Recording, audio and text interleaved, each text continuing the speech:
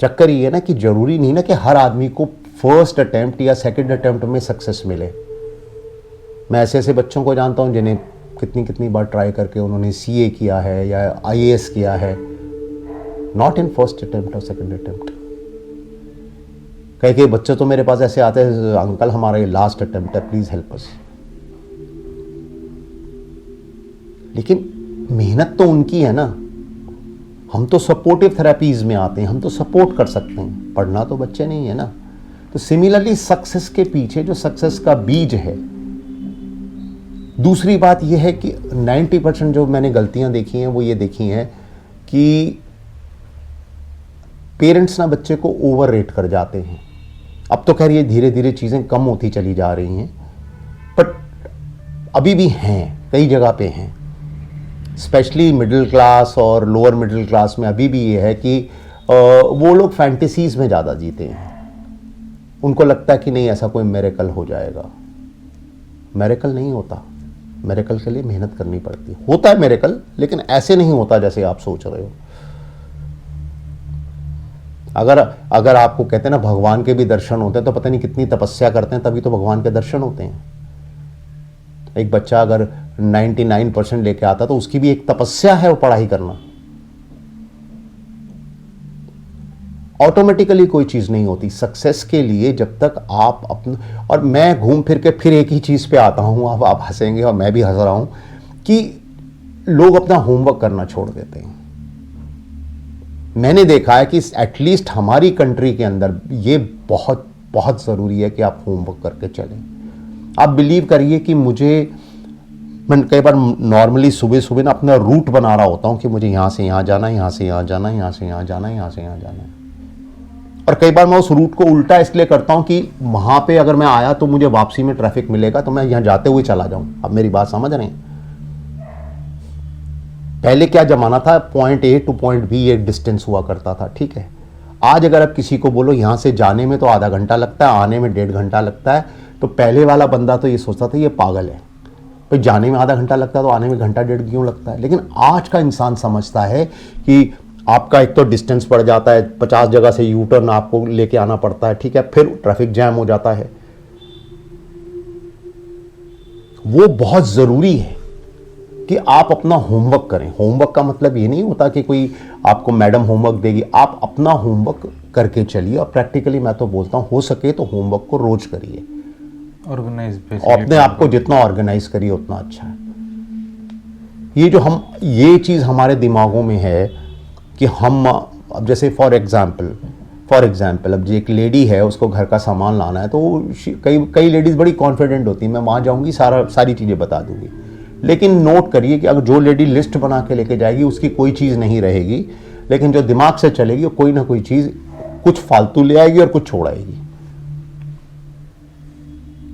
और जो लिस्ट बनाती है वो अपना होमवर्क ही तो कर रही है। सक्सेस के लिए बहुत ज़रूरी है कि आप 2 चीज़ें करें, एक अपना होमवर्क करें, नंबर 2 अपने आप को एवेल्युएट करें।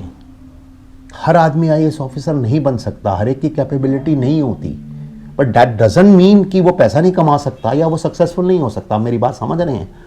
हम ये तो नहीं कह सकते success is equal to IAS officer, नहीं। बिजनेसमैन उनसे 50 गुना बड़े पढ़े, इंडस्ट्रियलिस्ट उनसे 50 गुना बड़े पढ़े। हमारी बात समझ रहे हैं? फॉर्च्यून 500 में जो आते हैं जरूरी तो नहीं सारे एजुकेटेड हैं, आप उसमें देखो तो कितने स्कूल ड्रॉप आउट्स हैं। तो सक्सेस के लिए 2 चीज़ें, अगर आप अपना होमवर्क रेगुलर करते हैं और अपने आप को एवेल्युएट करिए कि यहां मैं मिसफिट हूं, यहां मैं मिसफिट हूं, और जितनी जल्दी आप अपने आप को चेंज करेंगे, एवेल्युएट करेंगे, सक्सेस आपको मिलेगी। हम लोग जब अपने आप की अपनी एवेल्युएशन करते हैं तो वहाँ अपने आप को ओवर एवेल्युएट कर जाते हैं कि ये मेरी कैपेबिलिटी है। और कई लोग ऐसे हैं, मैंने कई ऐसे भी बच्चे देखे हैं जो मेरे पास आते हैं जो उनकी कैपेबिलिटी है, लेकिन एक उनका फियर है जिसको इनिबिशंस बोलते हैं। इनिबिशन है, एक डर है, नहीं मैं नहीं कर पाऊंगा। ओल्ड एज में क्या होता है, ओल्ड एज में मैंने बहुत से लोग ऐसे देखे हैं जिनको फिजिकली कोई प्रॉब्लम नहीं है, लेकिन मेंटली इनिबिशंस इतनी आ जाती है, हाय मैं कैसे करूँगा, इन दोनों शर्ट्स में से कौन सी पहनूं? You know, this is a kind of a mental fear. वो बच्चों में भी कई बार आता है। उनकी कैपेबिलिटी होते हुए भी वो डर जाते हैं कि पता नहीं यार कितना बड़ा टास्क है, मैं नहीं कर पाऊंगा, it's an uphill task. No, it's not an uphill task. You evaluate yourself, और अगर आपको लगता है इट इज अपहिल टास्क तो छोड़ दीजिए। आज तो इतनी चांसेस हैं, इतनी इतनी चीज़ें हैं, इतनी लाइंस हैं, आप किसी भी लाइन से वो कर सकते हैं। क्लिक है ना, इंडिया में भेड़ चाल बहुत है। एक ने मोबाइल का काम शुरू किया, पता चला वहाँ 10 मोबाइल की दुकानें खुल जाती हैं। और सबसे ज़्यादा जानते हो कौन कमा रहा होता है? मोबाइल कंपनी नहीं, उसके सामने बैठा जो छोले कुलचे बेच रहा होता है, क्योंकि वो 10 के 10 को सप्लाई कर रहा होता है ना। आप मेरी बात समझे? और वो 3 घंटे काम करता है सिर्फ। वो अपना लंच के टाइम आता है, छोले कुलचे बेचता है, चला जाता है। उन 3-10 दुकानों से ज़्यादा वो छोले कुलचे वाला कमा रहा होता है। वो देखता है यहाँ कोई ऐसा पास में रेस्टोरेंट नहीं है, कुछ नहीं है, कोई बात नहीं, मैं यहीं आके खड़ा हो जाता हूँ 1-2 घंटे के लिए। दिस इज स्मार्ट वर्क ना। देखो, competition is healthy, but over competition is not healthy. आप तो खुद एक बिजनेस करते हो, आपको खुद पता है कि जब कंपटीशन बढ़ जाता है तो वहां प्रॉब्लम आ जाती है। कोरोना के बाद बहुत सी चीजें खराब हुई, लेकिन एक चीज अच्छी हुई है कि जो ये कंपटीशन था ये कम हो गया है। स्पेशली आपके फूड प्रोडक्ट्स में, ग्रोसरीज में। पहले लोग क्या करते थे, 2 रुपए कम करते, अब कम बोलते हैं, मतलब मिल गई ना बस इतना ही काफ़ी है। सोच बदल रही है। मैं ऐसे ऐसे शॉपकीपर्स को जानता हूं जिनके पास 2 से 4 लाख का डेड स्टॉक था जब फर्स्ट कोरोना शुरू हुआ। उसके बाद वो डेड स्टॉक वो चाहते थे कि इसको हम 20-30-40% में बेच दें, नाम नहीं लूंगा किसी का, और वो रेट टू रेट बिका।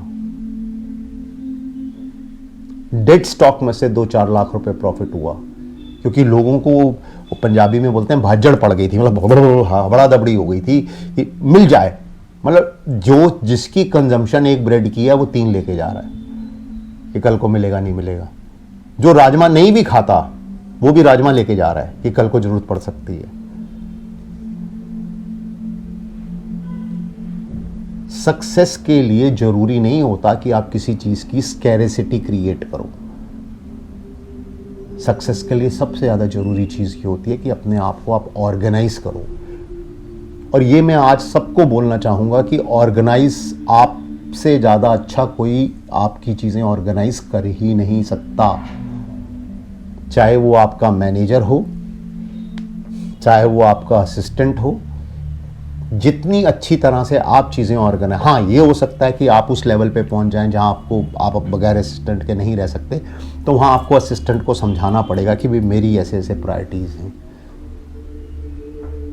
आप नया असिस्टेंट रखोगे नहीं ऑर्गेनाइज कर पाएगा। आपको उसको आपको पहले 2-3-4 दिन 5 दिन में भी हफ्ता 2 हफ्ता समझाना पड़ेगा that this is the way how you have to work out।